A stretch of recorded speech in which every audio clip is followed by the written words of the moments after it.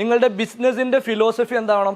Win win win philosophy ആണ്. Threat analysis ഉള്ള business model നമ്മൾ എന്ത് ചെയ്തിട്ടും കാര്യമില്ല. അത് ത്രെറ്റിലാണെങ്കിൽ പിന്നെ മാർക്കറ്റിംഗ് ചെയ്തിട്ടും കാര്യമില്ല, സെയിൽസ് ചെയ്തിട്ടും കാര്യമില്ല. അപ്പോൾ കാലഘട്ടത്തിനനുസരിച്ച് എന്ത് ചെയ്യണം?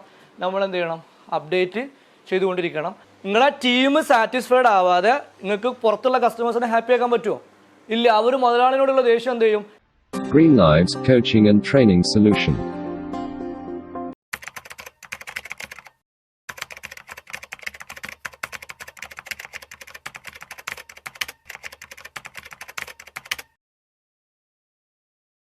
രണ്ട് രീതിയിലാണ് ആളുകളെ നമ്മൾ മോട്ടിവേറ്റ് ചെയ്യുക. ഒന്ന് പേടിപ്പിക്കുക, അല്ലെങ്കിൽ എന്ത് ചെയ്യുക?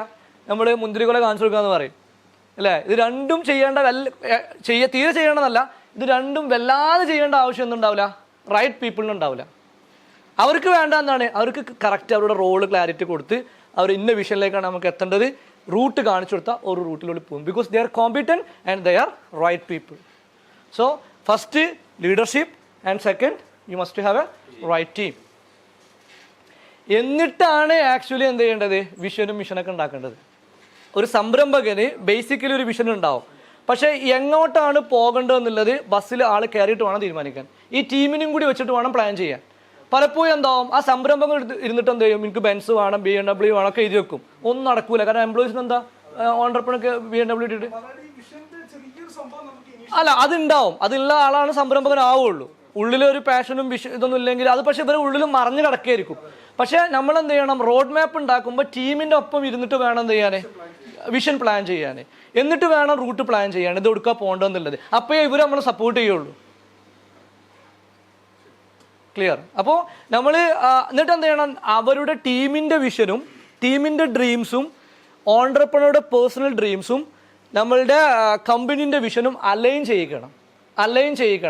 അവിടെയാണ് ഒരു ലീഡറുടെ വിജയം. അതായത് ആദ്യം എംപ്ലോയീസിന് പലപ്പോഴും നമ്മൾ സെയിൽസ് ട്രെയിനിങ് കൊടുക്കുന്നതിന് മുമ്പ് ആദ്യം അവരുടെ ഡ്രീമിനെ എന്ത് ചെയ്യണം? പുറത്ത് കൊണ്ടുവരണം. അതായത് നമ്മൾ സാധാരണ ഞാൻ മെൻറ്ററിങ് കൊടുക്കുന്ന കമ്പനിയോട് പലപ്പോഴും പറയുന്നുണ്ട്, നിങ്ങളുടെ ബിസിനസ്സിൻ്റെ ഫിലോസഫി എന്താവണം? വിൻ വിൻ വിൻ ഫിലോസഫി ആവണം. വിൻ വിൻ വിൻ ഫിലോസഫി എന്ന് പറഞ്ഞാൽ ആദ്യം വിജയിക്കേണ്ടത് കസ്റ്റമറാണ്. കസ്റ്റമർ ആദ്യം വിജയിക്കണം, അല്ലാത്ത ബിസിനസ് മാർക്കറ്റിൽ നിൽക്കില്ല. രണ്ടാമത് ടീം വിജയിക്കണം. ടീമാണ് ലെഫ്റ്റ് സൈഡിൽ വരിക. ടീം വിജയിക്കണം. മൂന്നാമത് എന്ത് ചെയ്യണം? ആ ബിസിനസ് ഓണർ അല്ലെങ്കിൽ ബിസിനസ് മാനേജ്മെൻറ്റ് വിജയിക്കണം. ഈ മൂന്ന് കൂട്ടരും വിജയിക്കുന്ന ഒരു ട്രയാങ്കിൾ വേണം ബിസിനസ് കെട്ടിപ്പടുക്കാൻ. That must be your business philosophy. Customer എങ്ങനെ വിജയിക്കുക? കസ്റ്റമർ വിജയിക്കണം എന്നുണ്ടെങ്കിൽ വാല്യൂ ഫോർ മണി, കസ്റ്റമേഴ്സിന് തന്ന പണത്തിനുള്ള മൂല്യം കൊടുക്കാൻ പറ്റണം. അപ്പോഴല്ലേ കസ്റ്റമർ വിജയിക്കുള്ളൂ. അപ്പോൾ ആ കമ്പനി എന്ത് ചെയ്യണം? കമ്പനി ആരെ വാല്യൂ കൊടുക്കുക? ടീമാണ് കൊടുക്കേണ്ടത്. എത്ര നല്ല പ്രോഡക്റ്റും സർവീസും ഉണ്ടാക്കിയിട്ട് കാര്യമില്ല. ടീമിന് വാല്യൂ ജനറേഷൻ നടത്താൻ പറ്റിയില്ലെങ്കിൽ, ഓപ്പറേഷൻ ടീമിന് വാല്യൂ ജനറേഷനും ഹാപ്പിനെസ് ജനറേഷനും കൊടുക്കാൻ പറ്റിയിട്ടില്ലെങ്കിൽ, എന്തുകൊണ്ടാണ് ഓപ്പറേഷൻ ടീമിന് വാല്യൂ ജനറേഷനും പിന്നെ ഹാപ്പിനെസ് ജനറേഷൻ കൊടുക്കാൻ പറ്റാത്തതിൻ്റെ കാരണം എന്താണ്? ഇന്റേണൽ ടീം വീക്ക് കാരണം. ഇന്റേണൽ കസ്റ്റമേഴ്സ് പറഞ്ഞാൽ ദാറ്റ് ഈസ് യുവർ ടീം. ഒരു കമ്പനീൻ്റെ ഇന്റേണൽ കസ്റ്റമേഴ്സ് പറഞ്ഞാൽ നമ്മുടെ ടീമാണ്. നമ്മളെ ടീം സാറ്റിസ്ഫൈഡ് ആവാതെ എക്സ്റ്റേണൽ കസ്റ്റമേഴ്സ് ഒരിക്കലും സാറ്റിസ്ഫൈഡ് ആവില്ല. ആവോ? നിങ്ങളെ ടീം സാറ്റിസ്ഫൈഡ് ആവാതെ നിങ്ങൾക്ക് പുറത്തുള്ള കസ്റ്റമേഴ്സിനെ ഹാപ്പി ആക്കാൻ പറ്റുമോ? ഇല്ല. അവർ മുതലാളിനോടുള്ള ദേഷ്യം എന്ത് ചെയ്യും? എക്സ്റ്റേണൽ കസ്റ്റമേഴ്സിനോട്ട് കൊടുക്കും അല്ലേ? അവർ മര്യാദയ്ക്ക് വർക്ക് ചെയ്യൂല, അൺകണ്ടീഷണലായിട്ട് വർക്ക് ചെയ്യൂല. അപ്പോൾ എന്താവില്ല? നമുക്ക് വാല്യൂ അഡീഷൻ കൊടുക്കാൻ കഴിയില്ല, വാല്യൂ ജനറേഷൻ കൊടുക്കാൻ കഴിയില്ല, ഹാപ്പി ആക്കാൻ കഴിയില്ല. ആദ്യം ഹാപ്പി ആക്കേണ്ട ഉടനെ ടീം ഹാപ്പി ആവണം. ടീം ഹാപ്പി ആവണം എന്ത് ചെയ്യണം? റൈറ്റ് ടീമിനെ ആദ്യം ഉണ്ടാക്കണം. റോങ് ടീമിനെ നമുക്ക് ഹാപ്പി ആക്കാൻ കഴിയൂല. അതുകൊണ്ടാണ് ടീമിനെ ആദ്യം ബിൽഡ് ചെയ്യണമെന്ന് പറയാൻ കാരണം. എന്നിട്ട് വേണം സ്ട്രാറ്റജി ബിൽഡ് ചെയ്യാൻ, എന്നിട്ട് വേണം ടാക്ടിക്സ് ബിൽഡ് ചെയ്യാൻ, എന്നിട്ട് വേണം മിഷൻ സെറ്റ് ചെയ്യാൻ. എങ്ങോട്ട് പോകണം? റോങ് പീപ്പിളിനെ ആദ്യം വണ്ടിയിൽ നിന്ന് ഇറക്കി വിടണം.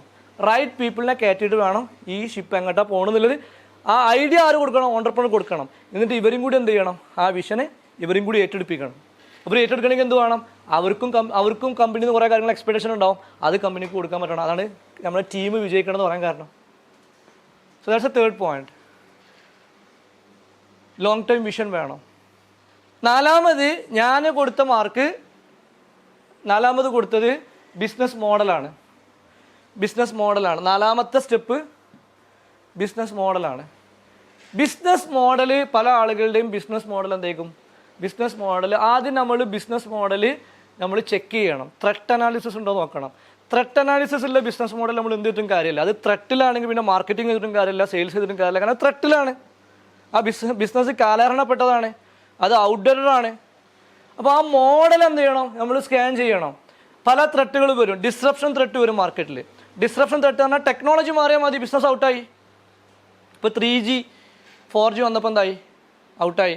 ഇനി 4G വരുമ്പോൾ എന്താവും, 5G വരുമ്പോൾ എന്താവും, 4G ഔട്ടാവും. അപ്പോൾ ആ 4Gയിൽ 5G ഉപയോഗിക്കാൻ പറ്റാത്ത ഫോണുകളും ലാപ്ടോപ്പുകളൊക്കെ എന്താവും ആളുകൾ ഒക്കെ. ടെക്നോളജി വരുമ്പോൾ എന്താവും, പണ്ടത്തെ VCD വന്നപ്പോൾ CD വന്നു, CD വന്നപ്പോൾ എന്ത് ചെയ്തു, പിന്നെ ഇൻ്റർനെറ്റ് വന്നു. ഇപ്പോൾ എന്താണ്, ഇപ്പോൾ തിയേറ്റർ, ഇപ്പോൾ നമ്മൾ നെറ്റ്ഫ്ലിക്സിലാണ് കാണുന്നത്. അപ്പോൾ കാലഘട്ടത്തിനനുസരിച്ച് എന്ത് ചെയ്യണം, നമ്മൾ എന്ത് ചെയ്യണം, അപ്ഡേറ്റ് ചെയ്തുകൊണ്ടിരിക്കണം. Greenlives Coaching and Training Solution.